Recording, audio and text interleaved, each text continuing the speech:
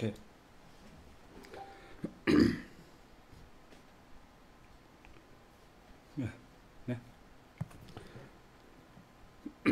Auzubillah minasyaitonirrajim. Bismillahirrahmanirrahim. Alhamdulillah rabbil alamin. Wa bihi nasta'in wa la haula wa la quwata illa billahil aliyyil azim. Assalamualaikum warahmatullahi taala wabarakatuh. Selamat malam. Selamat berjumpa dah dalam ruangan sejarah. Jadi alhamdulillah saya diundang oleh Facebook page Historium Historism daripada Malaysia untuk membentangkan sejarah Patani. Sejarah Patani ataupun Patani dalam era musuh bisik. Jadi Patani dalam era musuh bisik. Jadi alhamdulillah sesudah kita solat sunat tarawih, kalau siapa-siapa duduk santai kat rumah tu, bolehlah kita pakak-pakak tengok, pakak-pakak dengar sejarah Patani. Pada malam ni Patani dalam era ataupun dalam masa musuh bisik atau perang musuh bisik. Jadi mungkin ramai orang yang tak tahu, kata Patani ni kait juga ke dengan perang musuh bisik ni. Kalau biasanya kita tahu tu bahawasanya Kedah kan, musuh bisik itu adalah musuh di antara Kedah melawan Siam. Tapi sebenarnya walaupun musuh bisik ini bermulai di Kedah, tapi akhirnya penghujungnya musuh ini atau peperangan ini berakhir di Patani. Dan juga medan perang mereka pun selain pada Kedah juga berperang di sempadan Patani, iaitu duduk dalam kawasan negeri Patani. Maka untuk malam ni saya pun usahakan untuk membongkar sejarah ini. Semoga kita semua, bukan orang Patani saja, seluruh Malaysia lah, orang-orang Melayu di mana pun, kita boleh tahu apa yang sebenar, yang tercatat tentang perang musuh bisik ini. Pertama kali saya ingin bagi tahu dulu bahawa saya ni bukan pakar dan bukan ahli sangatlah tentang sejarah Melayu ni. Kerana di Patani ni sebenarnya ramai ustaz-ustaz, baba-baba, pensyarah ataupun profesor yang mahir dalam sejarah Patani atau sejarah Melayu. Tapi dengan kerana Patani ni situasinya beza berbanding dengan Malaysia, kerana Patani ini adalah satu kawasan Melayu yang duduk bawah pemerintahan orang asing, ataupun bukan duduk bawah pemerintah orang Melayu atau sama Melayu seperti Malaysia. Jadi suasana di Patani ini sukar ataupun susah kalau nak cakap tentang sejarah Melayu ni, khususnya sejarah Patani. Maka sebab itulah ramai orang-orang Patani itu memilih untuk diam saja, diam ataupun tak berapa full untuk bagi tahu tentang sejarah Patani. Jadi sayangnya sumber-sumber sejarah Patani yang ada dalam kitab ke ada di ingatan orang-orang dulu tu sudah habis. Kerana apabila mereka meninggal, mereka mati, maka ilmu-ilmu sejarah itu pun mati ikut mereka. Jadi walau bagaimanapun uh, kebenaran tetap kebenaran kan. Sejarah tetap sejarah. Jadi kita bukan nak kata siapa yang jahat, siapa yang baik. Kita tak nak fatwa bahawa yang mana betul, yang mana salah. Tapi hanya kita baca terus terang betul-betul gitulah tentang sejarah Patani ini. Jadi untuk malam ni kita fokus sejarah Patani ini hanya pada era perang musuh bisi. Itu mungkin tidak lama sangat. Tidak lama sangat. Kalau kita ingat sesi dulu tentang Patani itu, kita bayangkan kita memperkenalkan Patani semenjak sebelum Islam lagi sampai ke Patani ini kalah perang ataupun tamatnya daulat Patani. Tapi malam ni seperti katalah kita nak fokus kepada era yang berperang tu. Jadi awal sekalinya kita harus tahu dulu bahawa Patani pada masa itu, tu masa perang musuh bisi itu, bagaimana suasana dan situasi di Patani. Jadi kita harus tahu bahawa pada era musuh bisi itu, kan, musuh bisi itu, orang Patani tak sebut musuh bisi sebenarnya, walaupun ramai juga orang Patani yang tahu tentang musuh bisi ataupun tahu detail-detail dalam tu apanya musuh bisi. Tapi orang Patani ni sebut perang tu perang Sabil. Perang Sabil. Perang Sabil ni bermaknanya perang jihad. Perang jihad. Walaupun perang itu bermulainya Kedah, dari Kedah, iaitu perlawanan orang Melayu Kedah menentang Siam. Tapi akhirnya orang Patani masuk bergabung sekali juga pada musuh bisi itu. Jadi kenapakah disebut musuh bisi? Wallahu a'lam kalau kita tengok definisi bagi orang Kedah. Tapi kalau orang Patani itu musuh bisi itu cukup bermakna bagi orang Patani. Kenapa orang Patani pun sebut musuh bisi? Kenapa sebut musuh bisi? Jadi ceritanya begini.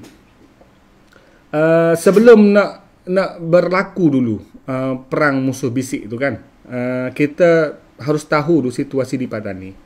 Jadi Patani ni satu kerajaan Melayu tua, sangat tua, dan mereka perintah dan diperintah oleh raja-raja Melayu keturunan asli Patani semenjak dari raja yang pertama lagi Sultan Ismail Shah sampai ke Sultan Muhammad II. Sultan Muhammad II itu pun sudah berjarak 400 tahun lebih. Semua sultan ataupun sultanah ataupun raja perempuan yang memerintah Patani ini semuanya 18 orang. 18 orang semenjak daripada pertama kali mulai perintah dalam adat dan hukum Islam. Jadi pada tahun 1785 itu adalah tahun yang cukup menyedih bagi orang Patani, kerana pada tahun itu berlakunya peperangan besar di antara kerajaan Patani dengan kerajaan Siam. Siam pada masa itu sudah beribu kota di Bangkok. Itu King Rama I. King Rama I di Bangkok. Jadi di Patani pada masa itu diperintah oleh seorang sultan yang bernama Sultan Muhammad II. Dua ni bukan dua number 2 dua ni. Dua ni nama Kampung Dua. Dia orang Kampung Dua dekat Tani lah. Jadi peperangan itu Patani itu kalah. Kalau kita cerita tentang kekalahan Patani itu panjang lagi. Dari bagaimana mereka berperang, bagaimananya impak peperangan itu tak payah ceritalah di sini kerana itu pun panjang sangat. Jadi setelah Bangkok ni, Siam ni menang atas Patani, Maka harta benda orang Patani pun dirampas, Masjid Gresik pun dibakar serta istana, dan ramai orang Patani, rakyat Patani, sekitar 4,000 orang ditangkap menjadi tawanan perang dan dibawa ke Bangkok. Dan kerabat-kerabat raja pun kebanyakan pindah, kita nak sebut lari pun boleh, itu untuk menyelamatkan kan, ke negeri-negeri Melayu yang lain yang bersempadan dengan Patani, khususnya negeri Kelantan dan juga negeri Kedah dan Hulu Perak. Jadi maknanya pada tahun itu habislah daulat Patani itu sudah hancur, tak ada lagi negara yang bebas. Maka sebelum Siam ni nak pulang ke Bangkok dia tu, maka Siam melantik seorang kerabat raja atau darah raja Patani, orang tempatan lah, iaitu namanya Tengku Lamidin. Jadi Tengku Lamidin pun naik jadi raja Patani pada tahun 1787. Jadi Raja Tengku Lamidin ini jadi raja duduk bawah naungan Siam lah, kerana dah ditakluk oleh Siam pada masa itu. Walaupun orang-orang Patani pada masa itu semua tu masih lagi marah terhadap Siam, tapi ya tak ya pun, kerana kalah perang maka kena tunduk kepala lah kepada Siam pada masa itu. Tapi tak lama ketika Tengku Lamidin tu jadi raja, maka Tengku Lamidin pun berhimpun, kumpul orang-orang Patani tu, maka lawan. Siam ni sebut berontak lah, tapi orang Patani tak sebut berontak. Orang Patani ni sebut lawan balik lah, nak ambil balik negeri Patani ni. Tapi akhirnya tidak berjaya.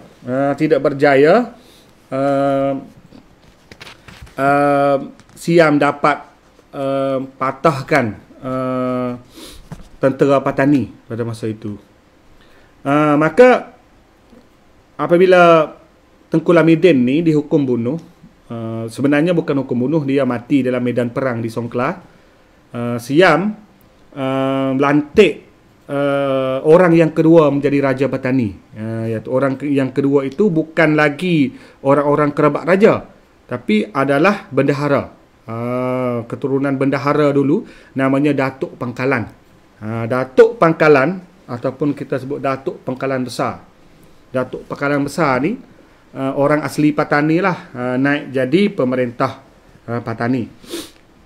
Tapi 4 tahun Datuk Pangkalan pun berkumpul lagi orang Patani, himpun orang Patani, dan pada kali ini ramainya orang-orang keturunan Sayyid, ada ramai ulama Patani pada masa itu bergabung sekali dengan Datuk Pangkalan untuk melawan Siam.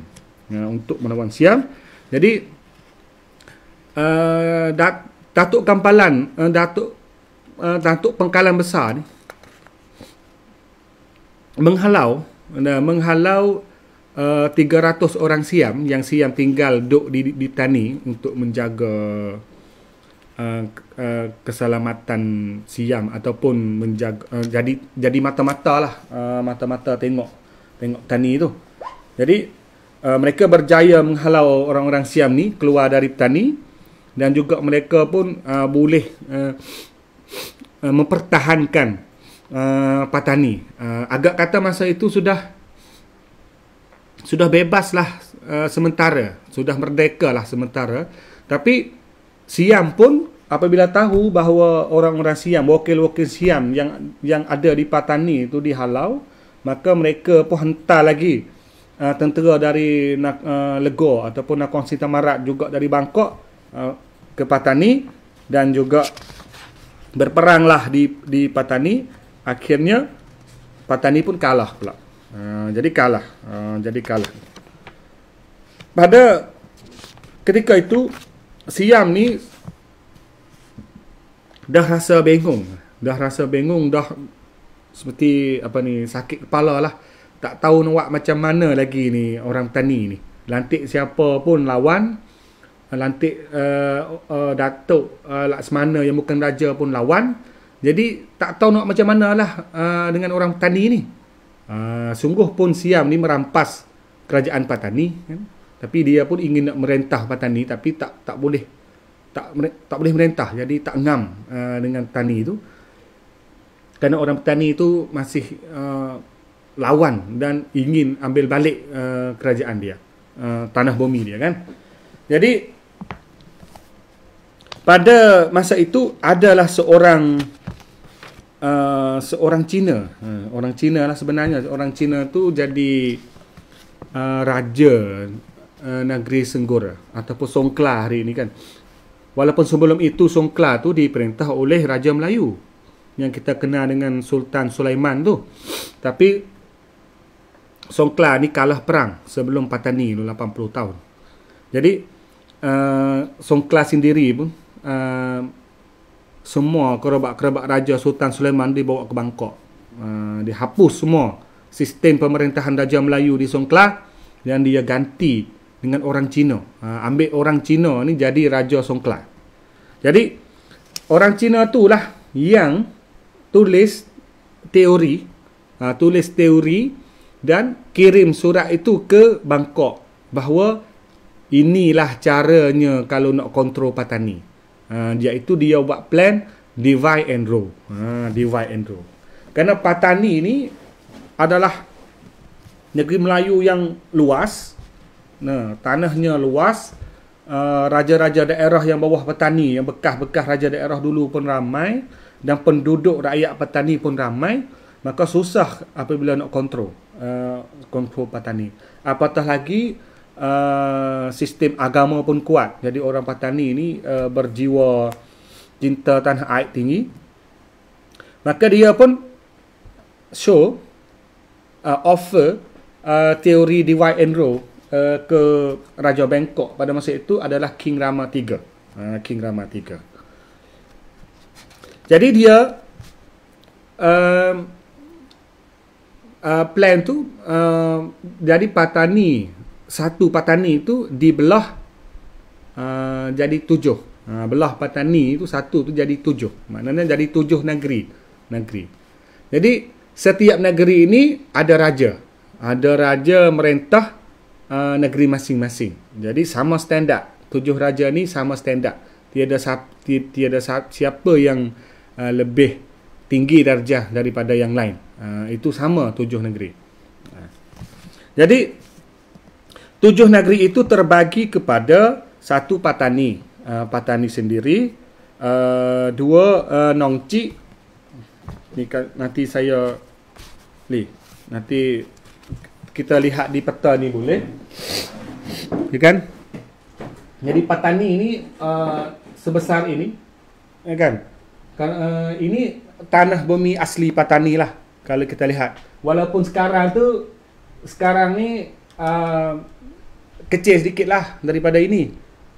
Kerana lepas pada Anglo-Siamese tahun 1909 ni, banyak di bawah-bawah ni seperti ni Hulu Perak, Kelek Intan, Gerik, belum ni diberi ke Perak, dan Jeli Hulu Kelantan ni pun diberi ke Kelantan.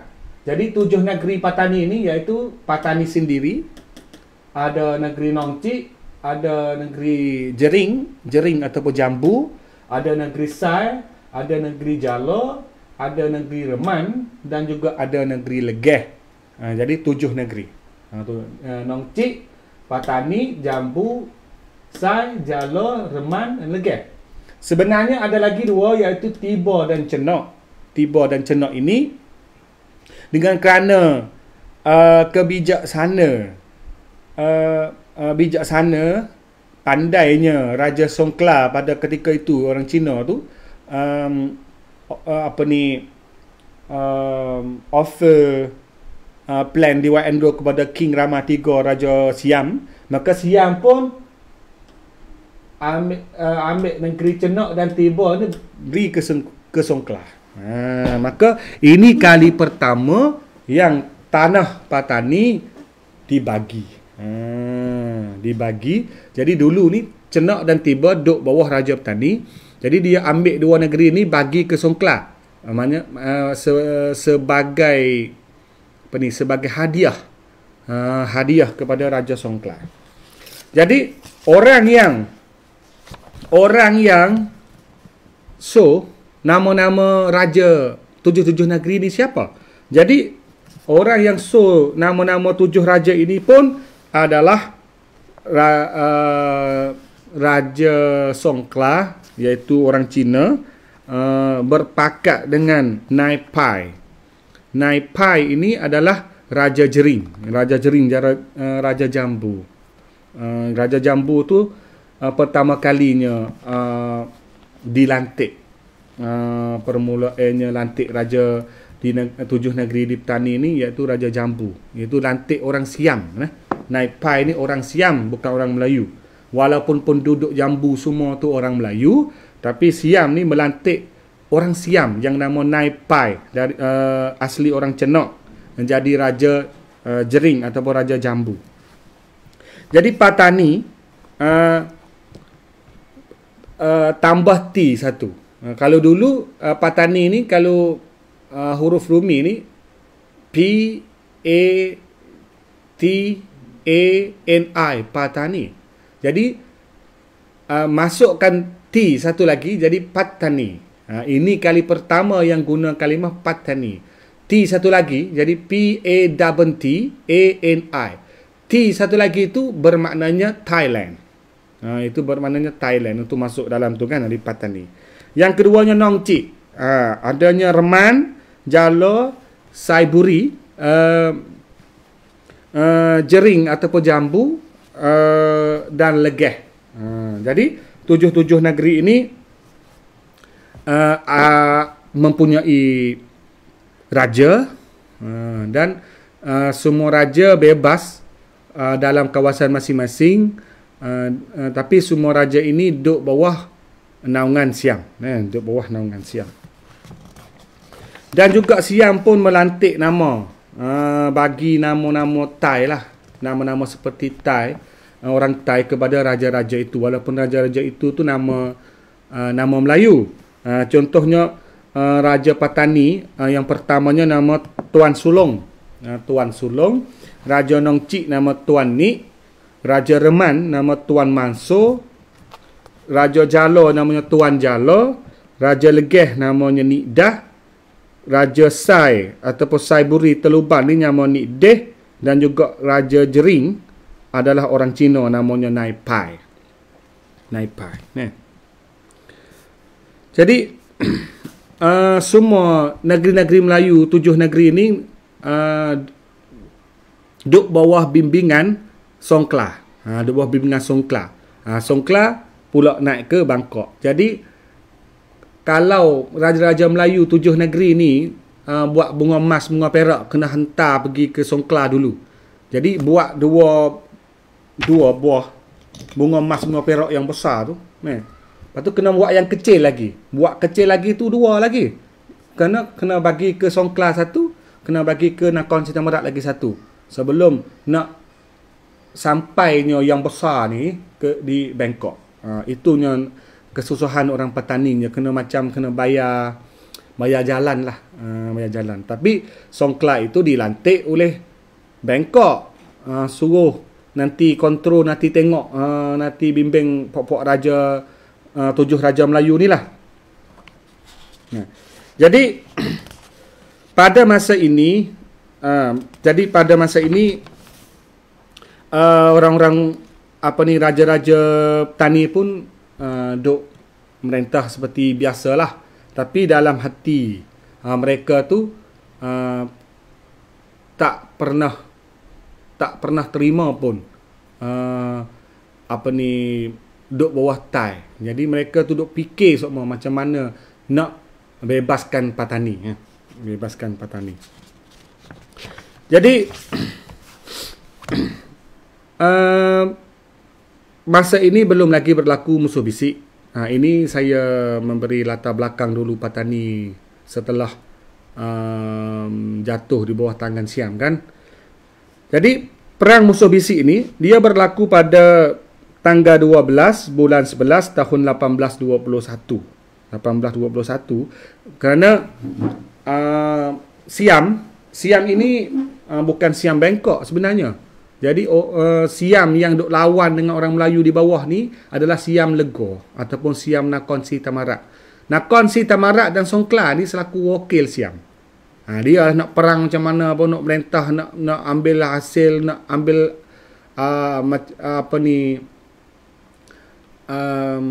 pendapatan, hasil bumi apa semua, dua negeri ni lah dia yang ambil. Lepas tu ambil semua hantar ke Bangkok. Jadi kalau perang pun perang dua ni lah. Jadi pada tahun 1821, King Rama III, zaman King Rama III, Thailand, itu askar Siam yang diketuai oleh Raja Nakhon Si Thammarat ataupun Raja Legor ni menyerang Kedah. Jadi menyerang Kedah pada kali itu, Kedah itu diperintah oleh Sultan Ahmad Tajuddin Halim Shah. Jadi orang Siam Legor ni, dia pergi ke Kedah tu bukan pergi perang pada awal.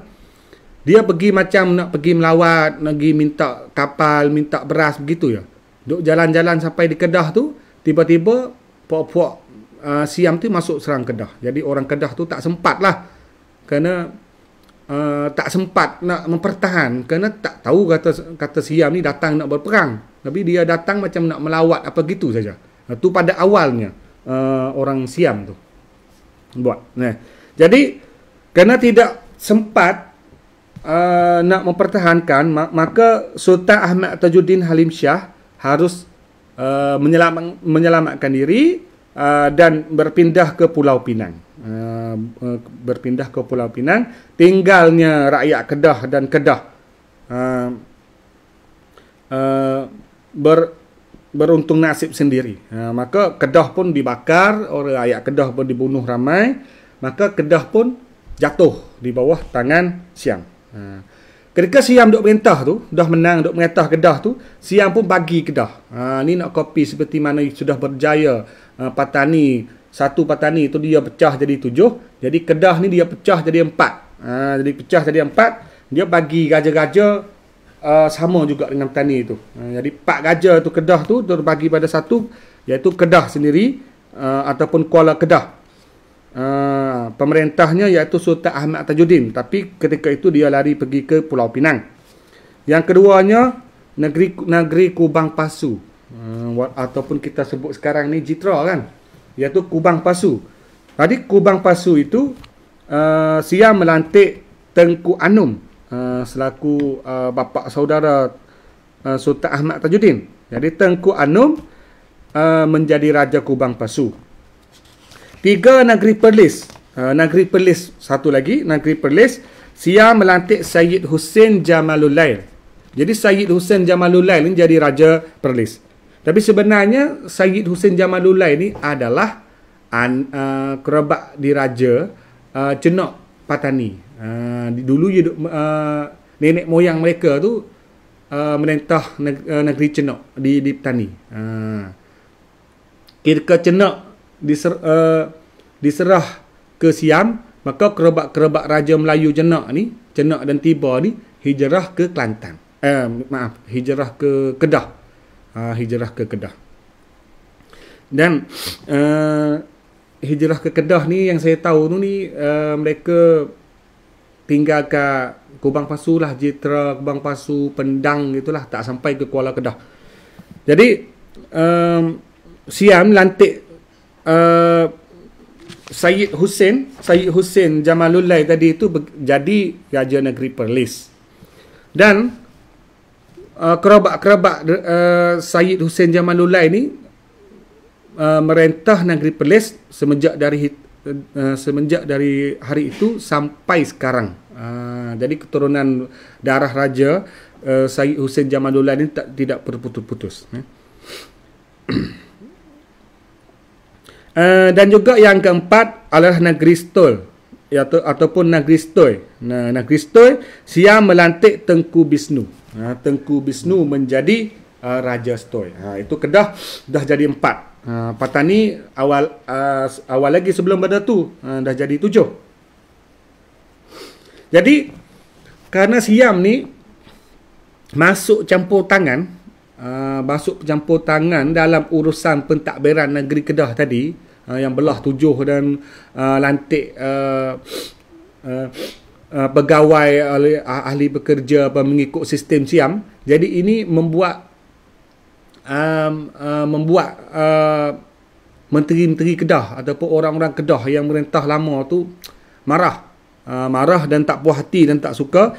Maka berlakulah tentangan hebat ataupun tentangan kuat dari orang-orang Kedah itu terhadap sistem pentadbiran Siam terhadap Kedah itu. Grup yang lawan yang tentang itu tu diketuai oleh Syekh Zainal Abidin. Syekh Zainal Abidin ataupun kenal dengan nama Tengku Din. Tengku Din ni adalah cucunda Sultan Ahmad Tajuddin, Sultan Kedah. Jadi Tengku Din ni ada juga kata anak saudara. Saya tak pasti, kena cek dulu. Tengku Din ni bangkit lawan, berkumpul orang Kedah yang mana duk lari rata-rata tu, berkumpul-kumpul orang Kedah semua tu lawan Siam. Jadi lawan Siam, jadi Siam tak boleh tahan. Siam pun kena undur, jadi undur ke Songkla. Ke Songkla.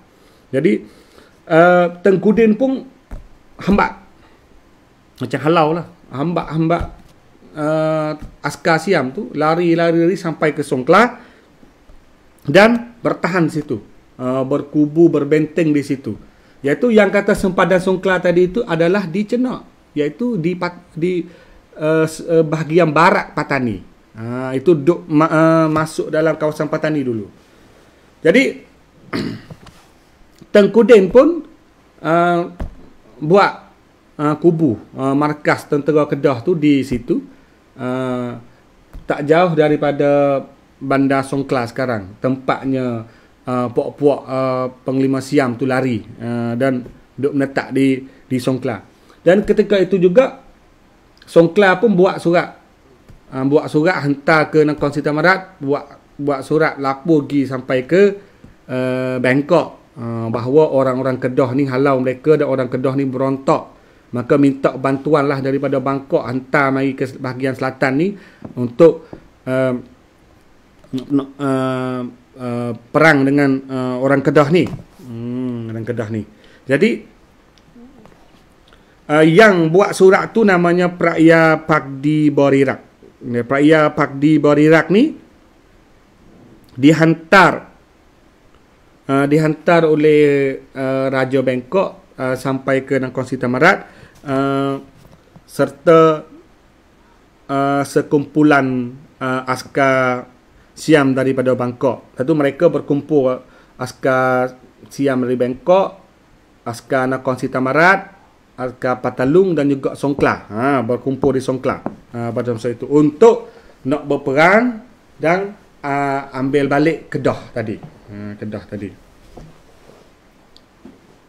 Jadi maka berlakulah peperangan hangat di antara tentera Kedah dengan tentera Siam tadi. Siam ni dah kumpul banyak negeri tadilah, Songkla, Patalung, Nakhon Si Thammarat juga Bangkok. Jadi Kedah pun duk lawan dengan puak-puak Siam tadi. Jadi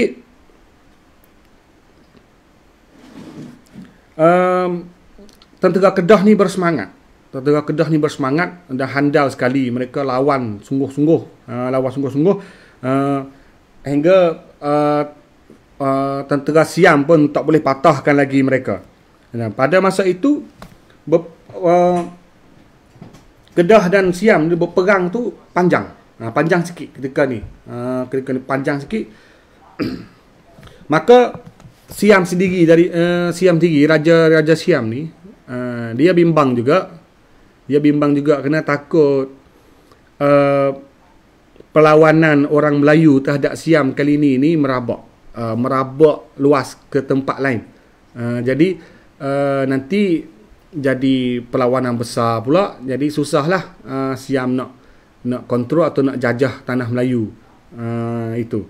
Maka Siam pun hantarlah Hantarlah surat pergi ke 77 negeri petani tadi. Pergi hantar ke Nongcik, ke Patani, ke Jambu, ke Saiburi, ke Jalo, ke Reman dan Legeh. 77 negeri ini dapat surat daripada Raja Bangkok, Raja Siam, bahawa suruh hantar askar bantu Songkla melawan Kedah. Itu. Jadi orang Patani pun nawak macam mana, kerana ketika itu Patani sudah duduk bawah taklukan Siam, kan? Jadi duduk bawah tunjuk Siam, kan? Jadi raja-raja 7 negeri Tani tadi itu pun susah hatilah. Itu pun saudara kita orang Kedah, orang Melayu. Ini pun Siam lebih berkuasa atas kita ni. Jadi raja-raja Melayu tadi pun bermesyuaratlah bagaimana nak berkeputusan yang baik terhadap suruhan daripada Raja Bangkok itu. Jadi akhirnya 7 negeri tadi, hanya 5 negeri yang kirim askar. Ikut arahan Raja Bangkok. Dan hanya Raja Saiburi dan Raja Reman saja yang tak hantar askar. Jadi berani Raja Saiburi dan Raja Reman ni, dua ni berani melanggar arahan Raja Bangkok. Tapi dia pun ada asbab. Nanti kita lihat sebentar lagi apanya asbab dua ni yang dua negeri ni yang tak hantar askar. Jadi 5 negeri tadi, jangan lupa bahawa 5 negeri tadi ni Nongcik, Patani, Jering, Jalo dan Legeh yang hantar askar ni. 4 ni Raja Melayu, hanya Jering saja yang rajanya orang Siam, kan? Orang Buza, orang Siam. Jadi 5 askar ni pergi sampai di Songkla. Untuk bantu Siam, berpihak kepada Songkla lah untuk lawan Kedah mengikut arahan Raja Bangkok tu. Tapi tiba-tiba sampai di Songkla, askar Patani semua dari 5 negeri tadi itu berpindah, lari daripada Songkla itu, bergabung sekali dengan askar Kedah. Inilah asalnya nama musuh bisik, kerana orang Patani harus berbisik diam-diam. Jadi tanpa ketahuan Raja Jering yang nama Naipai, dan juga tanpa tahu Raja Songkla. Jadi sudah bermuafakat, sudah berpakat bagi tentera Melayu 5 negeri tadi. Jadi kenapa mereka berkeputusan begitu? Gini sebenarnya. Jadi sebelum Siam hantar surat ke Raja Melayu, ke 77 Raja Melayu tadi, suruh hantar askar bantu Siam tu. Jadi Tengku Din ni sudah hantar surat belum pada tu lagi. Tengku Din tu mendahului hantar surat ke Raja Melayu dengan kalau orang Petani sebut dengan senyap-senyap.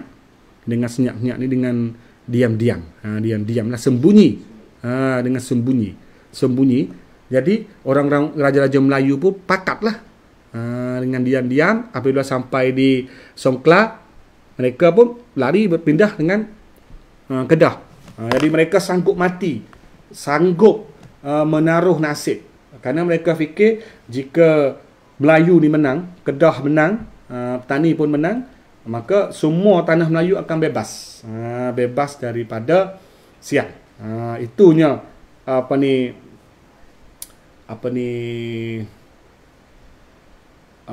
pola fikir mereka. Mereka fikir begitu, kan? Jadi apabila jadi dan nampak begitu tu, jadi Raja Songkla pun makin marah lagi. Dan marah sangat kerana orang-orang Melayu Petani tadi tu macam tikam belakang dia lah, macam itulah. Tapi bagi orang Petani itu bukan tikam belakang, kerana ini kewajipan dia. Jadi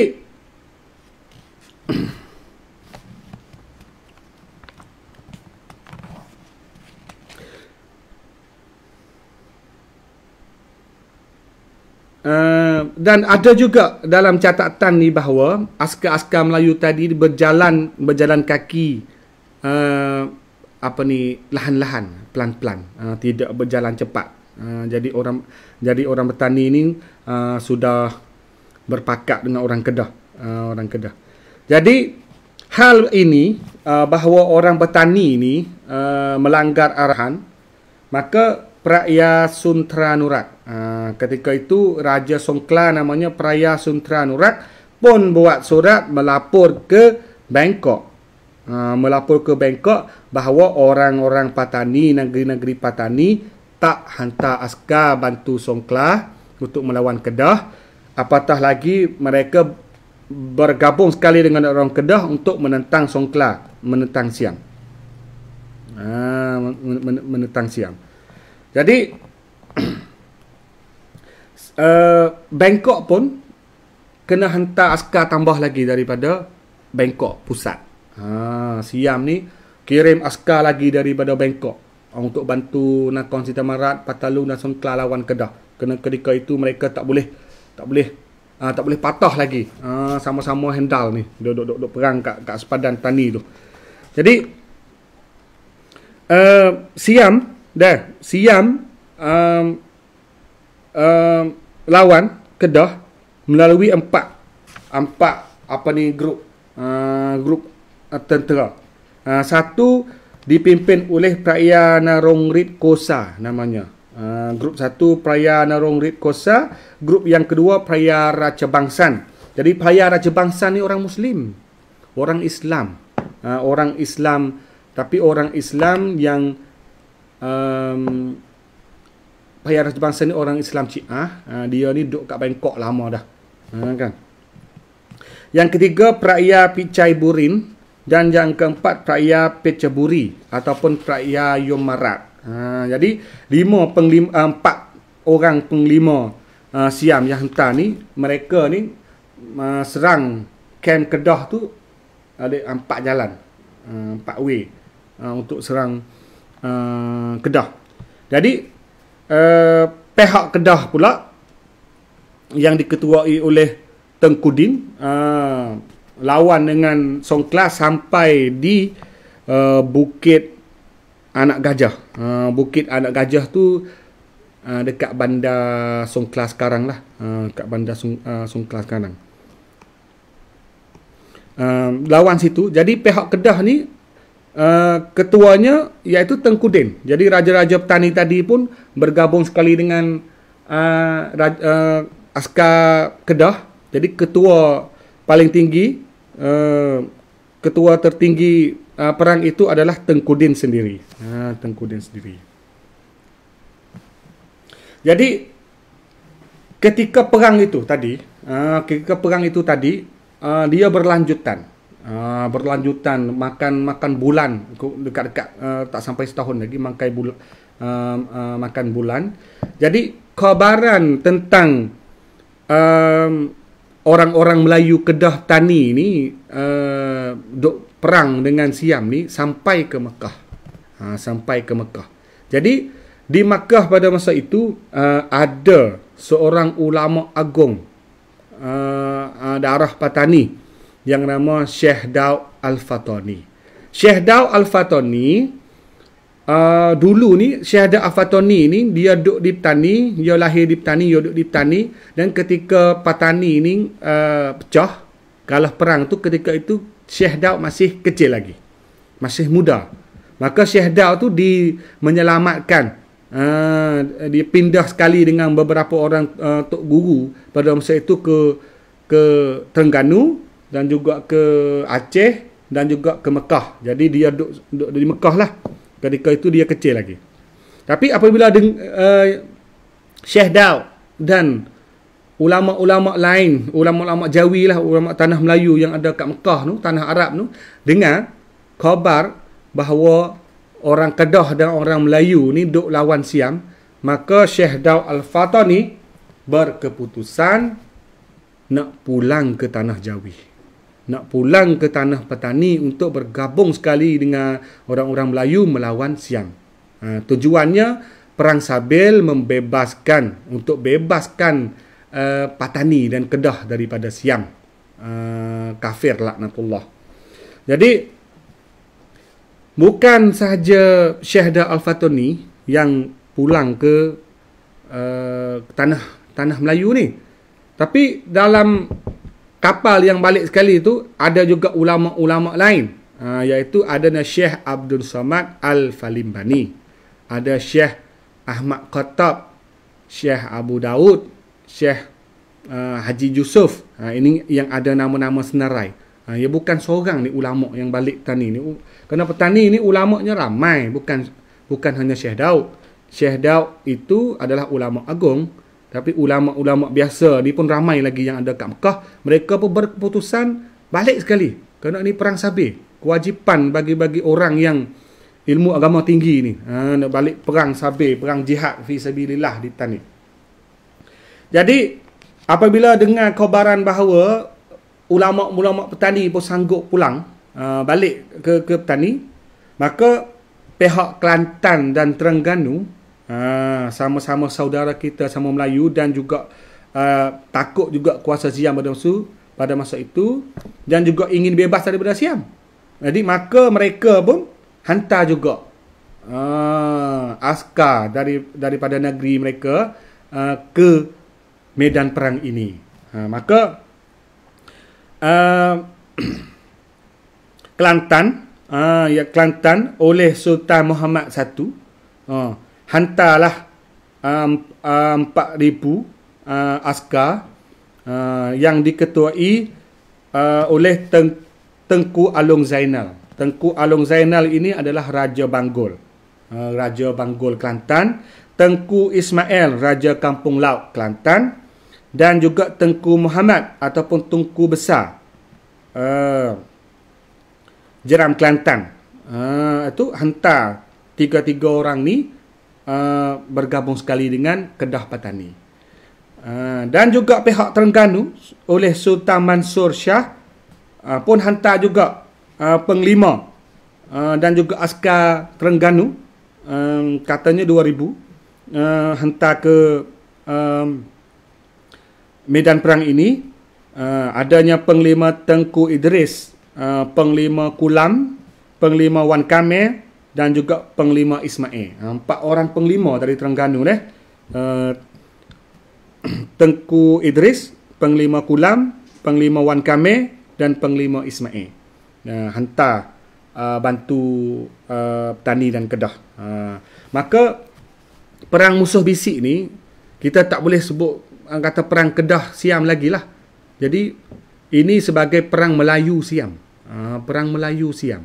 Walaupun Kedah kumpulannya paling ramai, diketuai oleh Tengkudin daripada Kedah, tapi petani 5 negeri, Kelantan pun hantar orang bantu, dan juga Terengganu. Sebab mereka semua berfikir bahawa dengan satu padu negeri-negeri Melayu tadi, Kedah, petani, Kelantan, Terengganu, bersama melawan Siam, akan lahir kekuatan besar dan juga boleh halau Siam, dan negeri Melayu tadi akan bebas. Bebas. Itu yang orang-orang Melayu pada masa itu ingin. Kita nak bebas dan nak merintah sendiri dalam adat-adat Melayu dan syariah Islam. Jadi perang-perang tu, tempat perangnya iaitu di Cenak. Cenak itu tadi itu kawasan Tiga Mukim sekarang ni. Jadi saya sendiri sudah pergi tempat itu semua.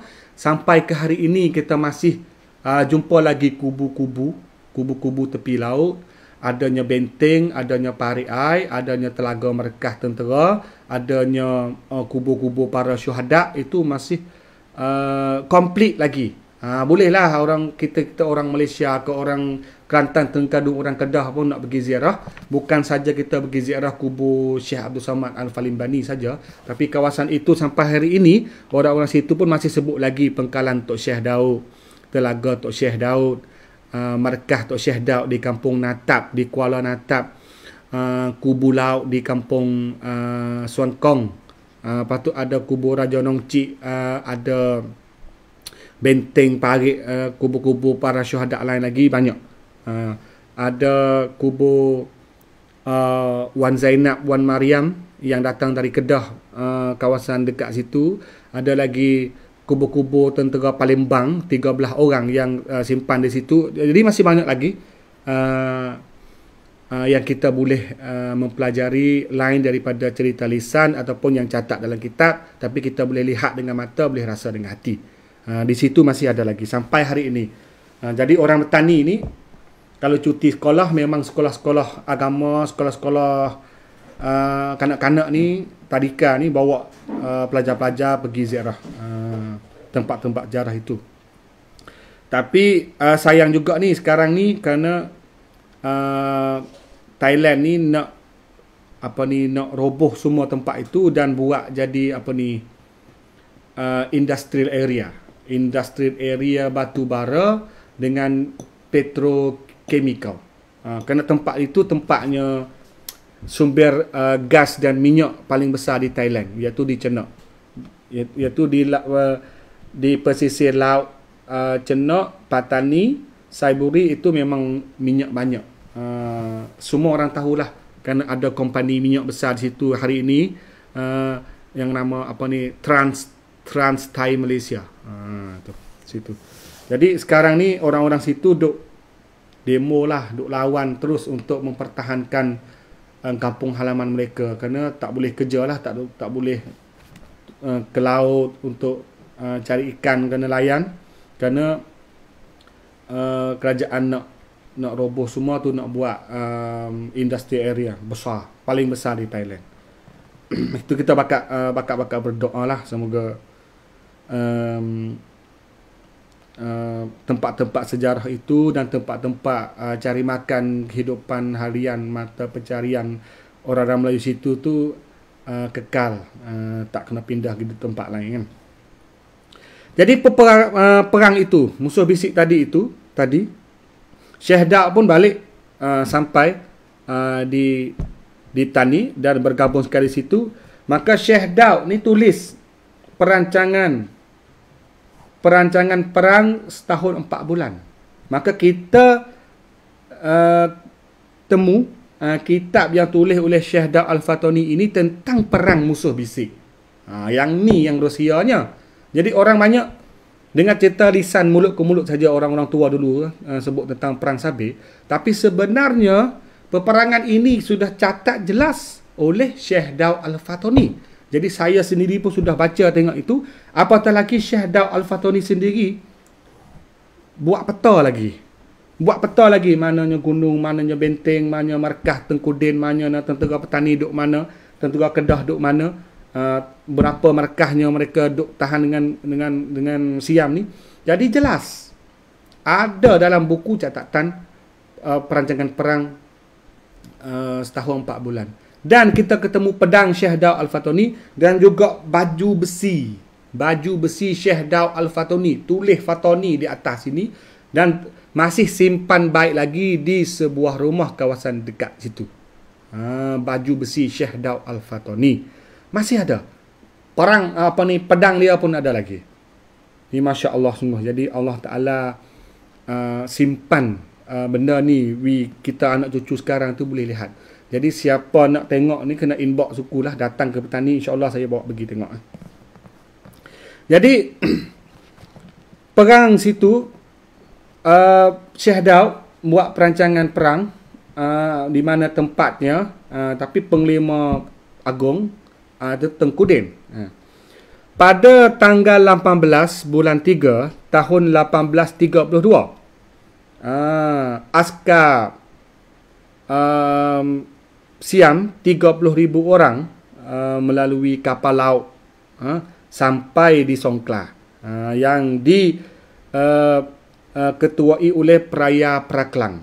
Jadi Peraya Praklang ni bawa askar Siam 30,000 orang dengan kapal laut dari Bangkok sampai di Songkla. Di Songkla itu pula dia berkumpul sekali dengan askar Siam Nakhon Si Thammarat, askar Patalung. Berkumpul situ, jadi ramai lah. Jadi lebih ramai Siam lah daripada orang Melayu tadi. Walaupun orang Melayu pun umum ramai. Kedah, Tani yang paling ramai Kedah, Tani pun, dan bahagian daripada Kelantan dan Terengganu. Tak ada daripada Pahang dan Johor. Tadi ada orang tanya, tak ada ke askar daripada Johor dan Pahang. Jadi Johor dan Pahang pun rasa simpati dan ingin bantu. Tapi ketika itu British pun sudah berkuasa. Nak buat apa-apa pun harus dengar British. Lalu British kata tak boleh. Orang-orang Melayu pada masa itu pun takut.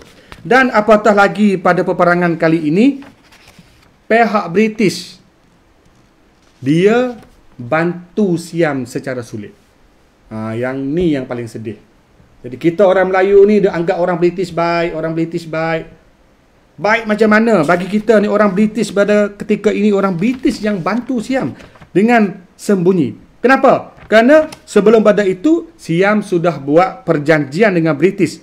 Namanya Perjanjian Burney. Perjanjian Burney tahun 1826 buat di Bangkok. Itu perjanjian. Tapi sebelum pada tu mereka sudah buat satu perjanjian. Namanya Perjanjian Sulit. Sulit sampai ke hari ini. Perjanjian Sulit tu di antara British dan Siam. Ada juga beberapa perkara yang kait dengan negeri-negeri Melayu Utara tadi. Jadi Kedah, Tani, Kelantan, Terengganu. Nah, tapi Perjanjian Burney ini, contohnya perjanjian ini dia buat perjanjian kuasa British terhadap negeri-negeri Melayu Utara selama 50 tahun Siam beri kepada British. Dan Perak dan Selangor bebas. Itu urusan British. Siam tak boleh masuk campur. Itu salah satunya perkara-perkara yang tersisih dalam Perjanjian Burney tadi. Jadi peperangan berlakulah. Peperangan berlaku secara hangat dan hebat. Jadi Kedah, Kelantan, Terengganu dan 5 negeri daripada Patani pun berperang dengan hangat, dengan hebat di sempadan Patani Songkla itu. Di perang-perang situ, berperang-perang situ, akhirnya Tengkudin tu kena bedil. Tengkudin kena bedil dan undur. Faham? Jadi Tengkudin kena bedil. Jadi tentera Kedah ni pecah. Maka mereka lari nak balik ke Kedah. Nak lari balik ke Kedah. Pihak Siam pun hambat. Macam hambat binatang tu lah. Hambat Kedah lagi.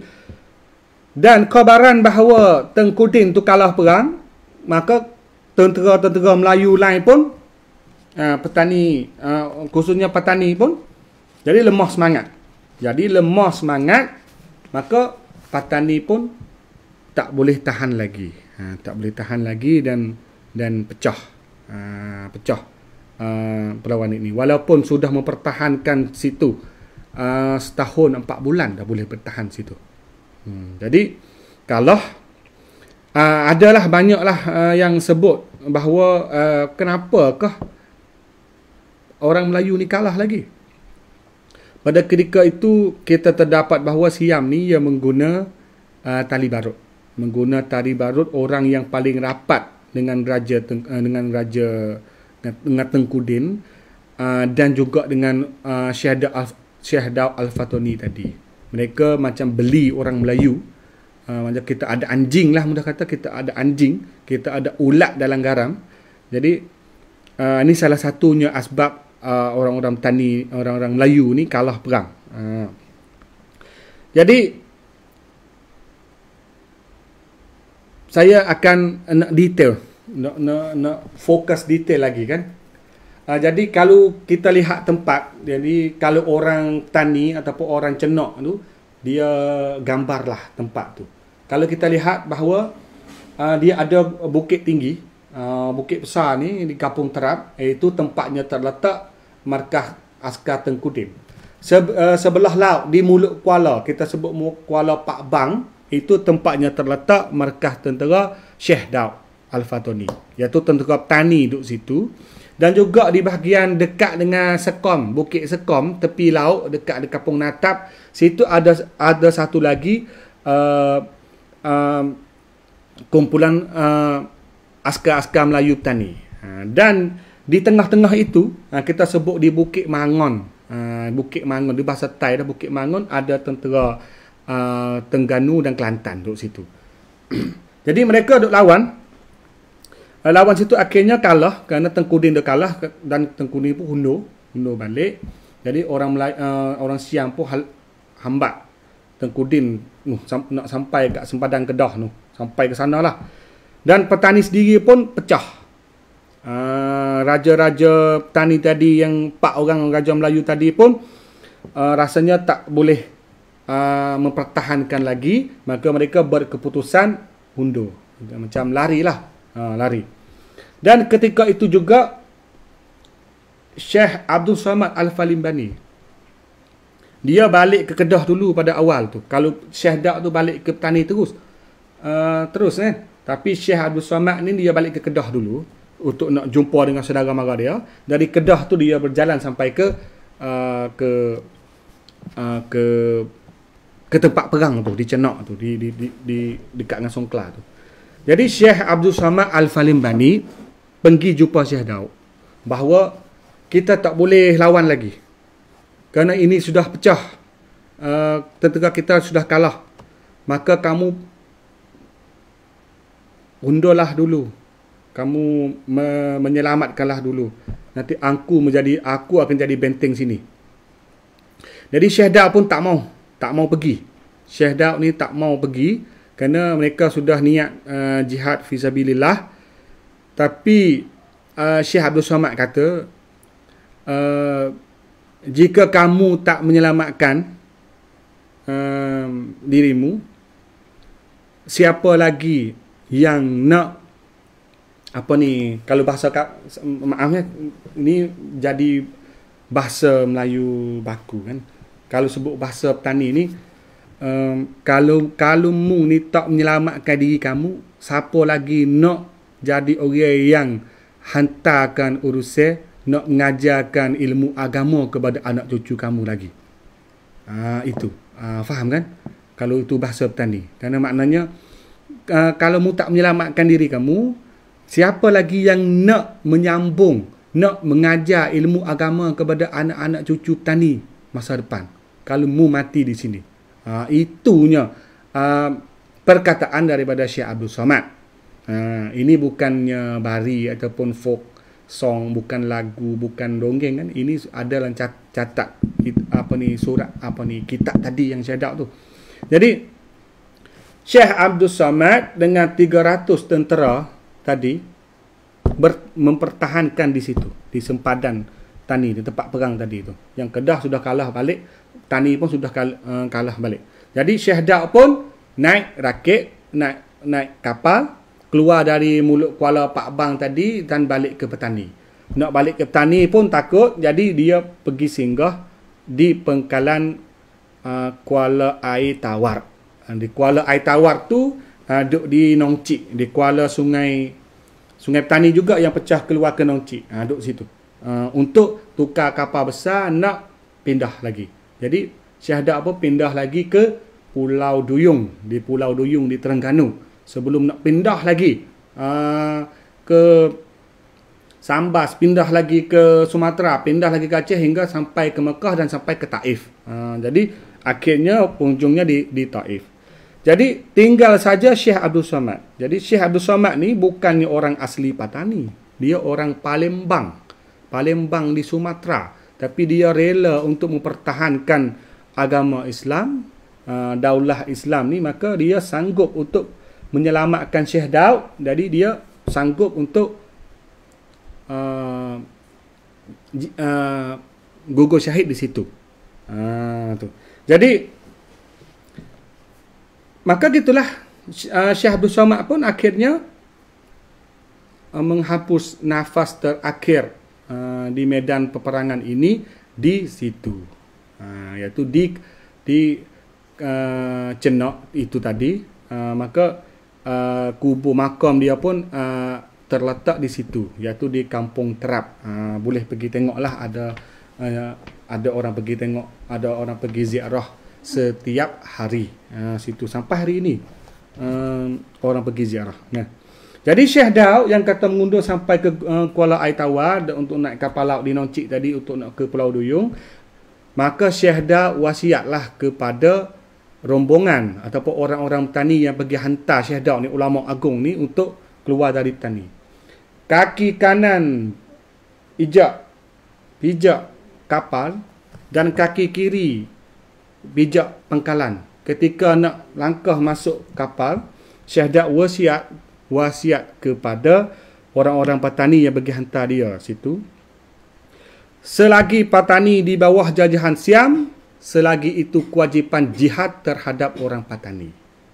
Itu yang wasiat Syekh Daud. Tapi kenapa kita tak pernah berapa dengar? Kerana orang ramai tak berani cakap, walaupun dia tu orang ustaz ke, dia tu orang kiai babo tinggi pun, kena orang takut kan. Kalau sebut begitu takutnya orang Siam ke kerajaan Thailand tu marah. Tapi saya bukan tak takut, tapi saya hanya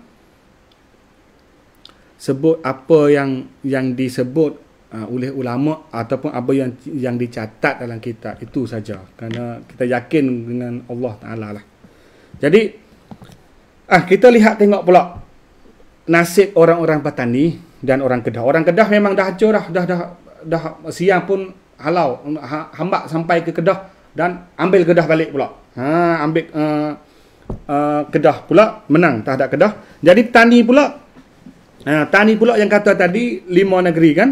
4 negeri Raja Melayu, malaikat negeri Jering, negeri Jambu yang rajanya orang Siam. Maka terdapat bahawa askar-askar Siam tu hambak. Faham tak hambak ni? Kalau orang petani hambak lah. Kalau bahasa Melayu ni apa? Tak tahu apa ni. Itulah ni kan. Macam kita hambak lembu kerbau. Apa bahasa saya pun tak tahu. Follow ni, run dengan rapat-rapat sampai di petani. Maka orang petani ramai yang terbunuh dan yang selamatnya dan sempat lari ke rata-rata tempat. Jadi Tuan Sulong, Raja Petani, Tuan Kuno, Raja Jala lari sampai ke negeri Kelantan. Kerana Tuan Sulong dan Tuan Kuno ni dia saudara mara dengan Sultan Muhammad, Raja Kelantan tu. Dia adik-beradik. Jadi Tuan Sulong dan Tuan Kuno, Tuan Sulong Raja Petani, Tuan Kuno Raja Jala lari ke Kelantan. Tapi lari di Kelantan tu akhirnya kena tangkap juga. Nikdah ataupun kita sebut Nikdiah pun boleh, Nikdah pun boleh. Raja Legeh Tanjung Mas tu, Raja Legeh Tanjung Mas Naratiwak tu kan. Raja Legeh ni bersama dengan Tuan Kecik, Tuan Kecik Raja Noncik. Tuan Kecik Raja Noncik, dua orang raja ni, Raja Legeh dan Raja Noncik ni lari ke bahagian Hulu Perak. Lari ke Hulu Perak dan sampai di sempadan Deman Perak, iaitu sampai di Kampung Belum. Sampai di Kampung Belum itu, maka dua orang ni kena tangkap. Tapi sebelum itu mereka kena berkali-kali perang, lari-lari perang, kena diburu kan, banyak tempat lah katanya, semenjak di Patani sampai di Kurung Pinang, sampai di Kemecah, sampainya di Kampung Hala dan sampai di Belum baru boleh tangkap. Maka Raja Tuan Kecik, Raja Noncik dan juga Nikdiah, Raja Legeh kena tangkap di situ dan dibunuh.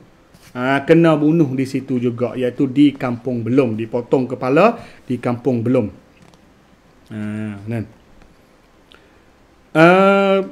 Raja Legeh Nikdah ataupun Nikdiah tadi yang kena tangkap dan dipotong kepala di Kampung Belum, tetapi Tuan Kecik tu sempat lari. Tuan Kecik tu sempat lari dan lari putar balik ke Hulu Kelantan dan pergi sembunyi di Kelantan juga bersama dengan Tuan Sulong Raja Patani dan Tuan Kundo Raja Jalo. Naipai Raja Jering tu tak apalah, kerana dia tu berpihak kepada Siam, kepada Songkla. Tentera Kedah sampai ke Kedah, tentera Kelantan dan tentera Terengganu pun lari sampai ke negeri mereka, negeri masing-masing. Jadi tinggal nasib ni semua kepada rakyat Patani. Jadi rakyat Patani seramai 54,000 orang kena tangkap dan kena siksa. Kena tangkap dan kena siksa di Bandar Patani sendiri tu, di cabang 3 tu 54,000 orang. Dan yang sempat lari pun lari. Dan juga seramai 6,000 orang kena tangkap dan bawa ke Bangkok sebagai tawanan perang. Bukan zaman dulu tu. Kalau zaman 1785 Kresik pecah tu, sudah 4,000 orang bawa ke Bangkok. Duk gali sungai tu, buat sawah padi, gali sungai Sensep di Bangkok tu. Kali ni kali yang kedua, lebih banyak pada kali yang dulu. Ini 6,000 orang dibawa ke Bangkok. Dan seramai 4,000 orang yang berpindah, tinggal kampung halaman mereka dan lari ke kawasan pedalaman. Maknanya masuk kawasan pedalaman, bukan kawasan lembah di Patani lah, masuk kawasan negeri Jalo, negeri Leman, negeri Legeh, negeri Sai ke Bukit Budo ke. Gitulah. Dan juga ada yang lari sampai ke Hulu Perak, ke Kelantan, ke Terengganu, sampai ke Raub Pahang, sampai ke Langkat, ke Pulau Langkat, sampai di Sumatera Barat, iaitu di Pariaman, Minangkabau, dan juga di pulau-pulau Riau, Lingga, Banten. Itu ramai juga sampai. Dan ada juga yang sampai di Banjarmasin, Kalimantan. Dan yang tak keluar dari Tani pun ada juga yang lari ke Bukit Budo dan Bukit Sanggala Negeri. Sanggala Negeri, sempadan Kedah, Jalo, Perak, Reman. Dan mereka buka kampung-kampung situ. Sepertinya Kampung Jok, Kampung Hala dan Kampung Belum.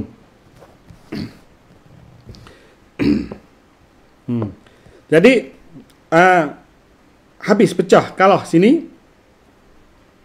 Maka kerana askar-askar Melayu ni kalah, maka ini membuat raja-raja Melayu tadi itu takut. Sangat takut. Takut apa? Takut hukuman Siam. Takut hukuman Siam. Kerana mereka semua tu hantar askar tu bantu Kedah Petani. Mana orang Melayu lah. Semua raja-raja Melayu 4 kawasan tadi tu lawan Siam. Jadi kerana mereka kalah, mereka takut. Takut dapat hukuman daripada Raja Siam. Itu memanglah hukumannya memang kena bunuh. Kerana ini pemberontak. Lawan Siam. Jadi, apanya berlaku, kita tengok di Kelantan dulu. Di Kelantan, Sultan Muhammad I ataupun Long Muhammad. Long Muhammad ni cepat-cepat hantar surat ke Bangkok. Ada wakil dia yang nama Encik Jaafar dengan Encik Long. Cik Jaafar dengan Cik Long. Nah, bawa surat dari Raja Sultan Muhammad I ke Peraya Pat Krang, Panglima Agung Siam di Songkla. Bagaimana? Jadi Kelantan ni siap sedia untuk bayar rugi, kompensasi, kerana kalah perang. Nak bayar banyak mana? 30,000 rial. Duit ni, bayar duit 30,000 rial. Dan juga nak bayar dengan duit Sepanyol 20,000 rial. Jadi semuanya 50,000 rial. Itu banyak. Itu memang Kelantan nak cari kat mana tu duit banyak tu. Mungkin kena kutip kat orang kampung dah tu. Jadi, dan juga bukan setakat tu. Siam kata bayar 50,000 rial dah, okey. Tapi kami nak raja-raja Melayu tadi yang duduk dekat rumahmu, yang duduk di Kelantan tadi. Maka Sultan Muhammad ni sedih, nangis.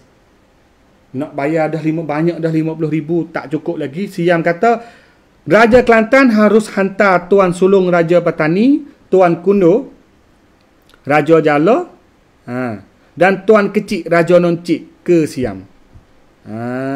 Ke Siam. Maka tiga-tiga orang ni lari. Lari, tetapi dapat juga tangkap Maka tiga-tiga orang ni kena hukum bunuh di Kampung Tok Deng. Di Kampung Tok Deng. Iaitu Kampung Tok Deng tu sekarang ni Kampung Tok Deng di Sungai Padi. Kampung Tok Deng daerah Sungai Padi wilayah Naratiwak sekarang. Itu kawasan Negeri Legeh lah. Tiga-tiga orang tu kena tangkap situ. Maka dihukum bunuh. Bunuh di situlah. Hukum bunuh di situ di Kampung Tok Deng. Tok Deng Negeri Legeh. Maka mereka itu gugur syahidlah di mukim Tok Deng itu. Tak cukup lagi, bukan sekadar tu. Bukan sekadar tu. Bukan sekadar itu. Jadi kena hantar lagi penglima.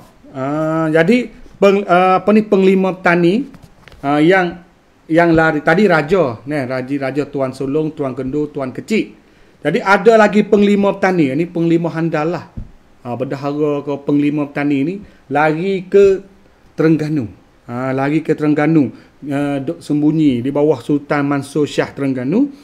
Surat daripada Raja Siam tadi sampai juga di Terengganu, kata harus hantar balik penglima-penglima petani tadi yang duk sembunyi situ. Maka Sultan Mansur, Raja Terengganu, tak rela nak hantar sesama bangsa, orang sebangsa, seagama, orang petani ni hantar ke Siam.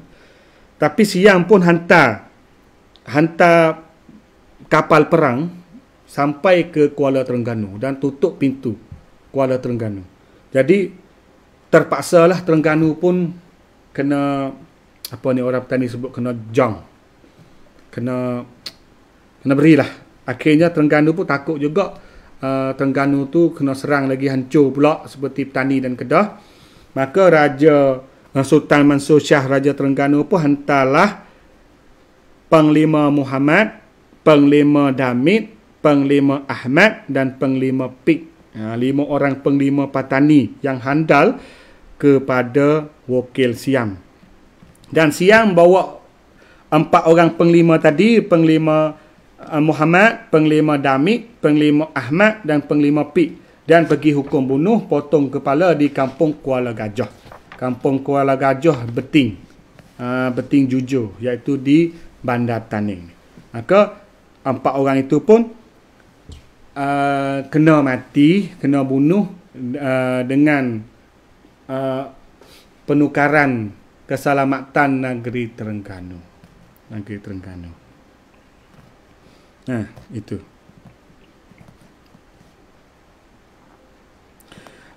Ada lagi. Ada lagi. Siam juga mengusik orang-orang petani yang lari sampai ke Sungai Petani. Jadi tak boleh duduk juga di Sungai Petani sebelah Kedah. Maka orang-orang di Sungai Petani, orang petani di Sungai Petani Kedah tadi itu kena hundur balik.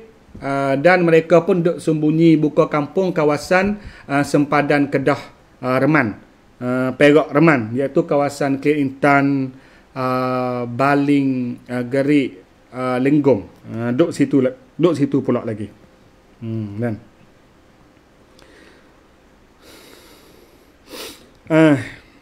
pada ketika itu Kedah pula tu, Sultan Ahmad Tajuddin tu duk di Melaka. Dia lari duduk di Melaka, duduk minta bantu British. Tapi dia tak tahu ke kata British itulah yang bantu Siam tadi tu, dengan senyap-senyap tu, dengan sembunyi. Lepas tu dia pindah pergi ke Dili Sumatera, dan pindah lagi ke Kampung Beruas di Perak, Beruas Perak, bukan Beruas Petani, Beruas Perak. Dan duk situ pula Sultan Ahmad Tajuddin Kedah tadi pun kumpul lagi orang Kedah. Himpun lagi orang Kedah untuk ambil balik Kedah. Pada himpunan kali ini adanya penglima Tengku Muhammad Saad, Tengku Abdullah dan juga Wan Muhammad Ali dari hujung Selang ataupun Phuket sekarang. 3 orang Tengku Muhammad Saad, Tengku Abdullah dan juga Wan Muhammad Ali. Mereka ni 3 orang ni dia berkumpul dan buat plan untuk menyerang balik. Ambil balik Kedah dengan sembunyi dulu pada awal-awal. Tapi akhirnya mereka pun istihar dan perang ambil balik Kedah. Pula dah ambil balik pula Kedah. Pada kali ini Siam pun sakit kepala pula, orang Kedah lawan balik pula dah. Ini berlaku pada tahun 1838. Jadi tahun 1338 Songkla pun hantar askar 500 orang. Lepas tu pergi campur dengan askar Nakhon Si Tamarat 800 orang dan askar Patelung lagi pula 300 orang untuk pergi serang Kedah untuk ambil balik duk bawah Siam. Tu Siam Bangkok tak marilah. Jadi kalau Songkla, Patelung, Nakhon Si Tamarat tak boleh tahan lagi, tak boleh lawan lagi dengan Kedah ataupun dengan Melayu, maka Bangkok akan hantarlah tentera dia dari pusat untuk lawan. Tapi ketika ni Tengku Muhammad Saad, Tengku Abdullah dan Tugak Wan Muhammad Ali lawan di Kedah tu boleh ambil balik dah Kedah. Tapi akhirnya tentera dari Bangkok pun sampai pula dah. Tentera Bangkok sampai pula dah di Songkla. Jadi sekarang ni tentera mereka semuanya ada 5,500 orang. 5,500 orang di Songkla untuk lawan Kedah. Kedah tu tak berapa banyak sangat ketika itu. Jadi kita balik sikit tadi.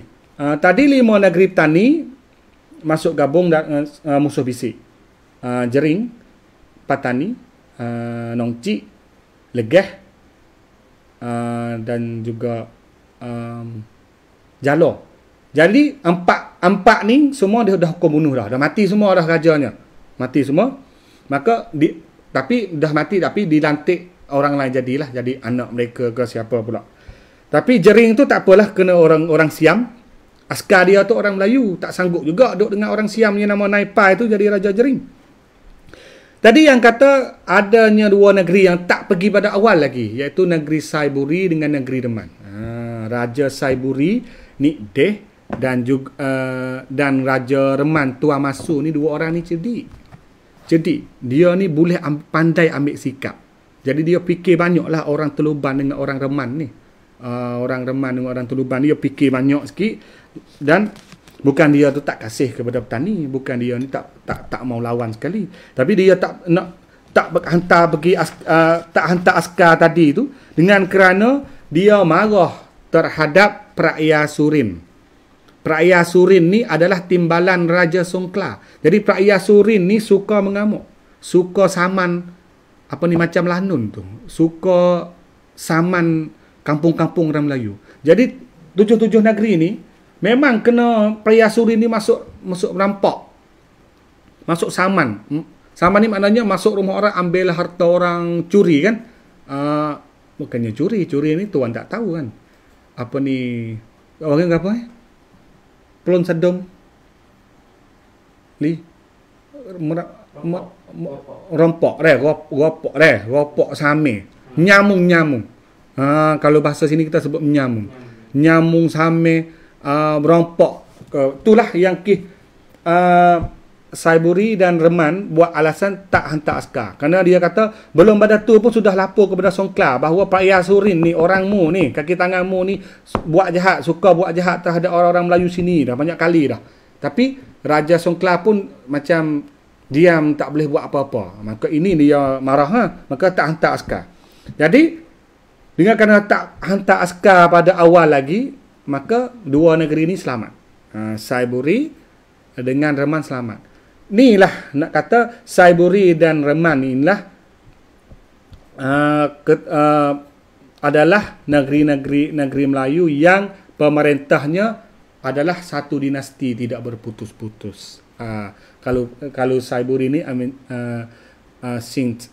aminjak dari Nik Deh tadi sampai ke Tengku Abdul Muttalib yang akhir, dan juga Tuan Mansur tadi yang pertama di Reman sampai ke Tuan Lebeh Long Raya. Tu dah 5 orang, sama-sama 5 orang dah merintah tu. Tu keturunan yang sama. Kalau negeri lain tadi sudah dicabut dah. Dah mati dah kena hukum bunuh tadi. Okay. Jadi askar Siam tadi 5,500 orang. duk perang dengan Tengku Muhammad Saad dan Tengku Abdullah di Kedah. Bagi petani pula, Naipai. Naipai ni.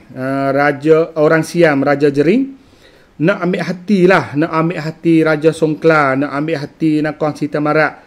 Maka dia pun berkumpul semua rakyat-rakyat Melayu di negeri Jammu tu untuk pergi bantu Songkla. Jadi dia nak paksa raja-raja Melayu lain tak boleh. Jadi dia kumpul orang-orang Jering saja, orang Jammu saja untuk pergi bantu Kedah, bantu Songkla, bantu Siam lawan Kedah. Tapi ketika Naipai Raja Jering bawa askar dia orang Jambu tu pergi sampai di Songkla, maka orang Jambu itu juga buat hal demikian seperti yang dulu. Kerana orang Jambu, orang Jering itu orang Melayu, kan? Walaupun rajanya dah Siam. Orang Jering pun tak rela juga. Tapi kalau tak pergi, takut Raja Jering. Orang Siam tu, orang Siam, bokeh Siam lagi. Pergi sampai Songkla, orang Jering tadi tu lari. Lari daripada situ dan pergi masuk ke hutan. Ada yang pergi duduk sekali dengan orang Kedah dan ada juga sembunyi kat hutan-hutan di kawasan Natawi dan Sabayoy. Ramai. Peperangan ini pula akhirnya pihak Kedah kalah lah pula dah. Pihak Kedah kalah pula. Maka Siam pun dapat ambil balik Kedah pula sekali lagi.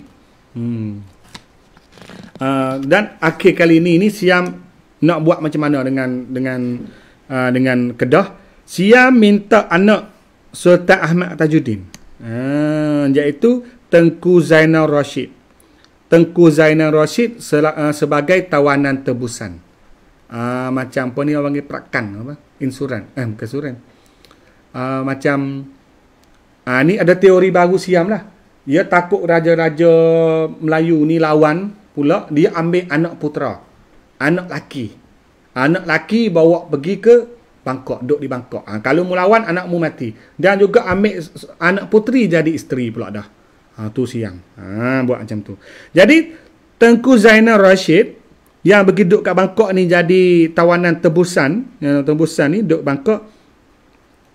Dan dia pun duduk dengan baik sana dan boleh kahwin dengan orang Siam. Dan Tengku Zainal Rashid ni lah adalah bapa bagi Tengku Abdul Rahman hak jadi raja, hak jadi Perdana Menteri Kedah yang pertama ketika merdeka. Gitu. Karena itu sudah masuk era King Rama V dah lah. Dan juga Siam buangkan Stoi. Stoi dulu duduk bawah Kedah sekali dengan Kedah. Maka Siam buang langsung Stoi dan ambil Stoi ni pergi duduk bawah Songkla terus. Jadi lepas pada ni Stoi tak kena duduk bawah Kedah dah. Stoi ni pindah pergi duduk bawah Songkla. Dan lantik Tengku Muhammad Akib, putera Tengku Bisnu, jadi Raja Stoi lepas tu pula. Di Patani pula, kerana Tuan Sulung Raja Patani dah dihukum bunuh di Tok Deng tu, Tuan Kundo pun kena, Raja Jala pun kena hukum bunuh, dan Tuan Kecik Raja Noncik pun kena hukum bunuh juga di kampung Tok Deng Sungai Padi. Nikdah Raja Legeh dihukum bunuh di kampung Belum Hulu Perak. Maka Praia Songkla, Raja Songkla ini buat surat ke Bangkok untuk lantik Nik Bongsu, orang kampung Bangpu Jering, jadi Raja Legeh. Kerana Nik Bongsu ni dia bantu Naipan. Nik Bongsu ni orang Melayu, orang Bangpu, orang Melayu. Tapi dia ni tadi baru, dia ni bantu Naipai orang Jering. Lepas tu dia bantu orang Siam untuk lawan sama orang Melayu. Dan Nik Bongsu ni kerana apa ni kebaikan dia kan, dia buat pongan ni apa, mana tu untuk balas budi lah. Siam nak balas budi dia lah, kerana dia ni pembesar petani, Jering tu. Lepas tu tapi dia bantu orang Siam. Maka dia ni dilantik jadi Raja Legeh. Dia pun pindah dari Bangpun ni duduk di Legeh. Lepas tu cerita dia pula ni teruk juga ni. Nik Wong Sun duduk di Legeh tu, duduk menyamuk ayam, duduk macam-macam lah. Hingga kedai hingga negeri Legeh sendiri tu, Tanjung Mas tu kena gadai. Gadai dengan orang Cina. Jadi orang-orang Legeh situ pun kena tak boleh duduk situ, kena lari ke Kucing Lepas, ke Kelisa, ke Bongo sampai ke Dusunyo. Kerana tak boleh duduk. Di bandar tu boleh ke orang Cina. Tu cerita lain lagi lah. Itu hal negeri Legeh. Jadi negeri lain lagi pun Siam melantik Naim Sai. Naim Sai ni pergi jadi Raja Jering. Atau Timbalan Raja Jering. Pergi jadi Raja Jala.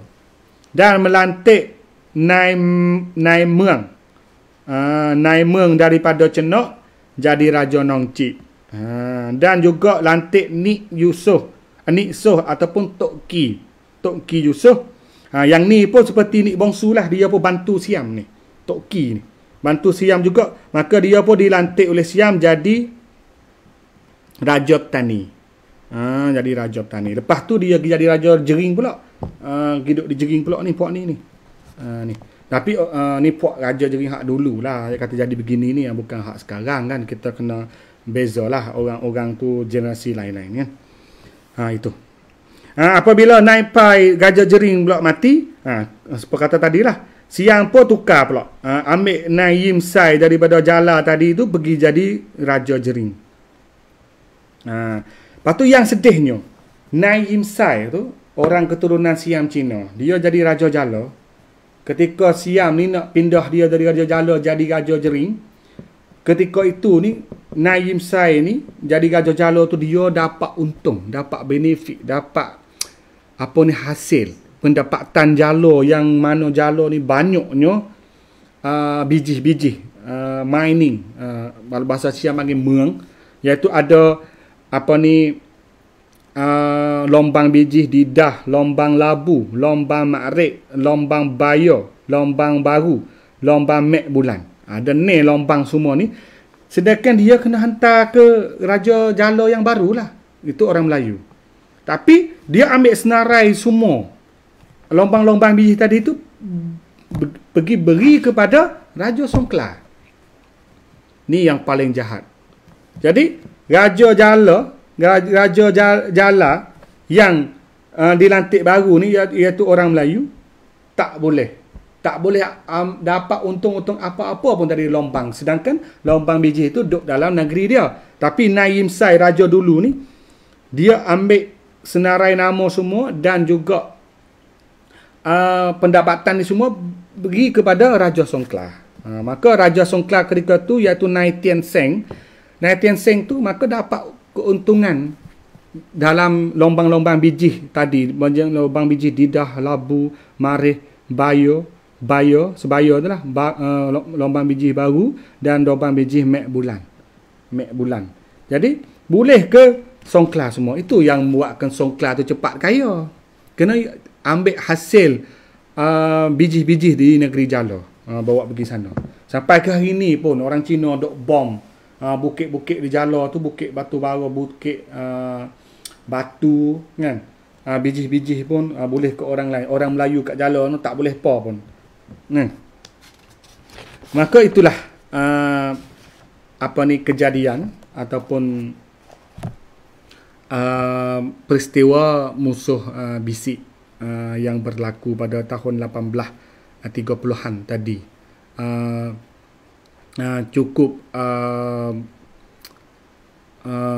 Cukup bermakna lah bagi orang petani, kerana peperangan itu Syekh Daud Al-Fatuni yang duduk di Makkah tu sanggup balik ke tanah Melayu untuk lawan, untuk membebaskan Siam.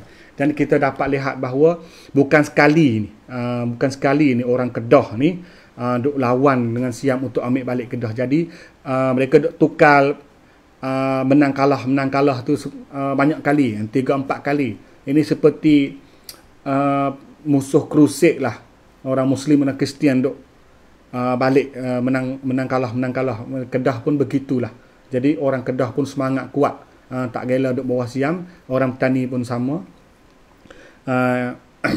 Ini perang Sabir yang kali pertama. Kita akan selepas ni ya ada pula perang Sabir kali yang kedua, iaitu perang Sabir ketika era 1902 sampai 1909, ketika Siam ni nak dalam era reformasi tanah jajahan semua tu, kena takut orang barat, orang iaitu British nak masuk takluk semua tanah-tanah Melayu utara tadi tu, maka lahirlah perjanjian Anglo-Siamis. Ketika itu orang-orang petani pun isytihar perang Sabir pula sekali lagi, yang raja-raja petani yang akhir dan juga para ulama pada masa itu.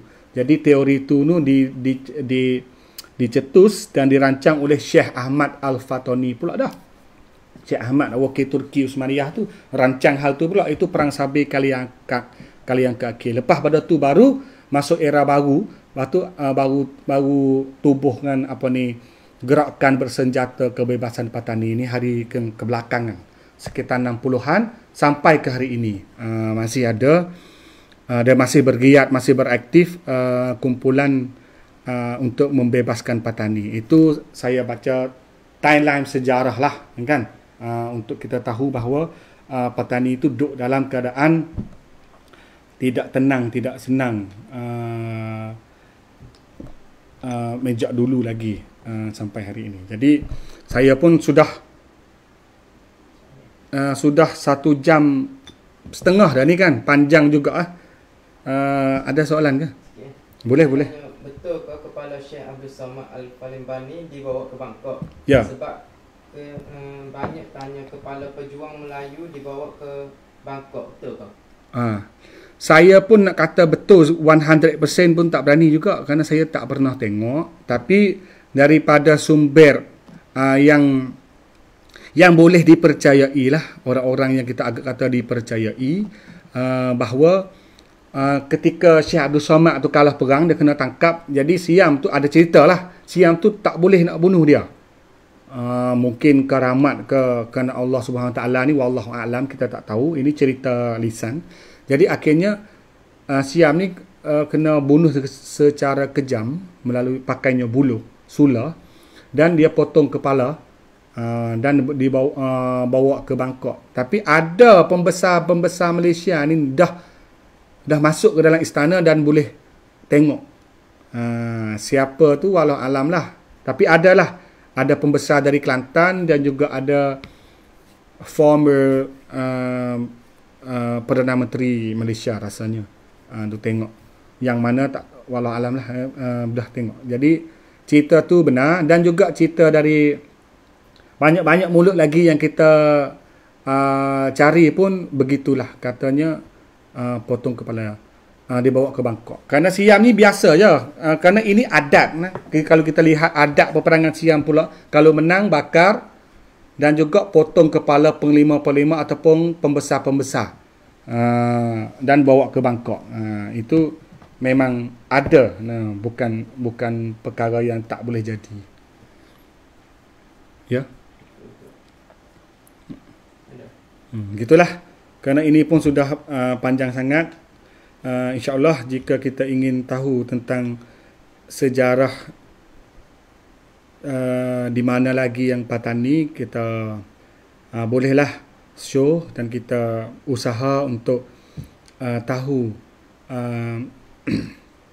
tentang sejarah dulu. Semoga kita boleh membaiki masa depan kita. Kita boleh mencari keharmonian dan kesejahteraan masa depan melalui pengalaman daripada sejarah kita. Maka jangan lupa, bolehlah kalau kita berminat tentang sejarah Melayu, bukan sejarah petani saja, kita boleh tengok dalam page Historism. Jadi ada orang tanya saya, kenapa Ustaz ni kena cakap Melayu Tengah, tak cakap petani? Saya nak bagi tahu bahawa kalau yang mingguan yang saya mengajar sejarah tu namanya Salah Silah Petani. Dalam page Salah Silah Petani itu tak apalah, itu khusus kos sejarah petani. Jadi hari Isnin malam Selasa itu mingguan yang saya mengajar. Tapi yang cakap Melayu, bahasa Melayu Tengah ni, kerana saya diundang oleh Paid His Tourism. Ini kali yang kedua. Buat kali yang kedua, maka kena cakap bahasa Melayu Tengah lah. Kerana ini paid ini umum untuk orang seluruh Malaysia ke seluruh orang Melayu. Ya kan? Gitulah untuk pengetahuan. Jadi malam ni setakat ni saja.